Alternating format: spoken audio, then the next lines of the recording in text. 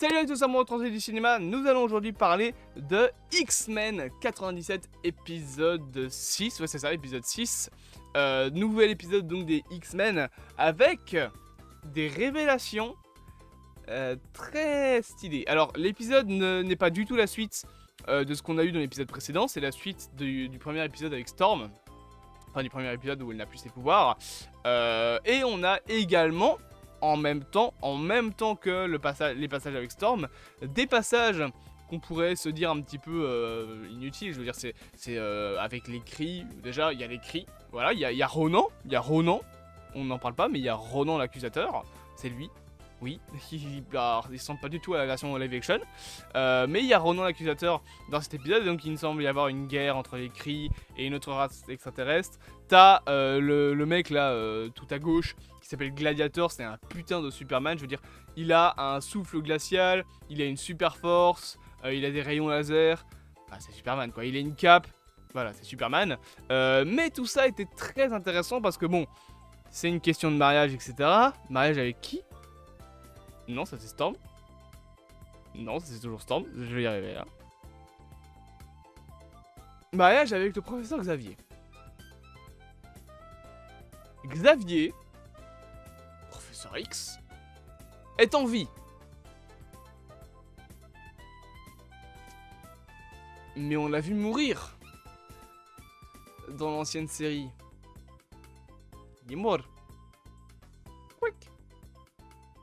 Mais il est en vie. Et il va se marier avec une race extraterrestre, de base.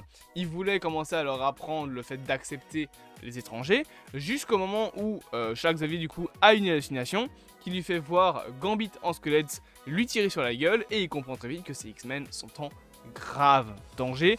Et je trouve ça intéressant d'avoir mis Gambit, qui se transforme en squelette, et pas Magneto. Ça semble appuyer le fait que Gambit est bel et bien mort. Alors on a quand même mention de Magneto dans l'épisode, mais voilà, c'est le passage avec Charles Xavier est assez intéressant parce que on a en fait tout un passage où Xavier essaie d'apprendre que voilà, que il faut accepter de temps en temps de temps en temps, oh la phrase, il faut accepter, on va dire, les différences, voilà, des gens, qu'il a lui-même passé pas mal de temps à apprendre la différence aux humains, que la princesse là qui fait la guerre à tout le monde n'est pas spécialement très éloignée de ce que l'humanité fait aux mutants, que l'humain n'est pas une race inférieure, que ce que fait ce peuple là en fait ça ressemble un petit peu plus à du pillardisme si je puis dire, étant donné qu'ils n'arrêtent pas, enfin en gros ils prennent les corps, enfin les corps, ils prennent l'esprit des gens et ils leur disent non c'est comme ça que tu l'as pensé, sinon tu fais pas partie de notre peuple. Et quand ils coupent en fait à la racine leurs origines pour les assimiler, un petit peu comme les Borg dans Star Trek pour ceux qui connaissent.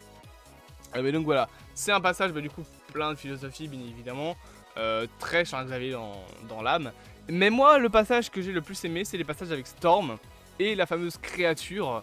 Storm qui donc on rappelle a perdu ses pouvoirs et qui va devoir aider son fameux petit copain là des épisodes précédents, non c'est lui, qui vient de se faire blesser par la fameuse créature. Et tu as des passages psychédéliques dans le sens où tu as un moment où en fait elle va avoir des hallucinations, on va la voir se faire enfermer dans une boîte, et vraiment des passages qui un petit peu font très horrifiques, avec beaucoup de rouge et de noir. C'était vraiment très stylé. J'étais un peu choqué par le sérieux de la scène concernant Storm pour un projet quand même du MCU. Décidément cette série X-Men, je sais pas, Marvel, ils ont pété un plomb, ils se sont dit venez on fait un truc incroyable. Là pour le coup vraiment c'est très bon comme série. Et on apprend d'ailleurs que les radiations ne sont pas la seule raison pour laquelle Storm a perdu ses pouvoirs. L'une des raisons principales c'est son mépris et la vision en fait qu'elle a de soi-même, le fait qu'elle méprisait ses propres pouvoirs, qu'elle se méprisait elle-même et qu'elle se sentait bien mieux dans un corps humain. C'est ce qui bloquait ses pouvoirs, et lorsque s'en rend compte, elle a un déchaînement d'énergie qui lui arrive en plein dans la gueule. On voit même que dans l'espace t'as un putain de tourbillon de vent, tellement ses pouvoirs se réveillent d'une force mais incommensurable. Son nouveau costume tout noir, tout joli, j'ai d'ailleurs une tasse avec ce costume là dessus qu'on m'a prêté. Oui, on me prête des tasses, y'a un problème.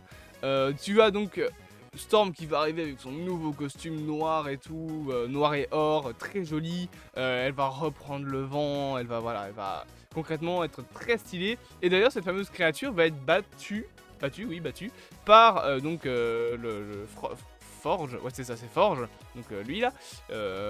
Et je pense, genre il la bat donc avec de la magie. Et cette magie, je sais pas vous, me faisait beaucoup penser à de l'art mystique. Genre des cercles orange avec des symboles, des trucs écrits dedans, avec des triangles, des carrés. Ça ressemblait très fortement à la magie de Doctor Strange. Pendant tout un moment, j'ai cru qu'ils allaient nous faire un coup du genre « Ah bah en fait c'est Strange ». Et juste il se déguise. Alors, ça aurait été un peu compliqué parce que bon...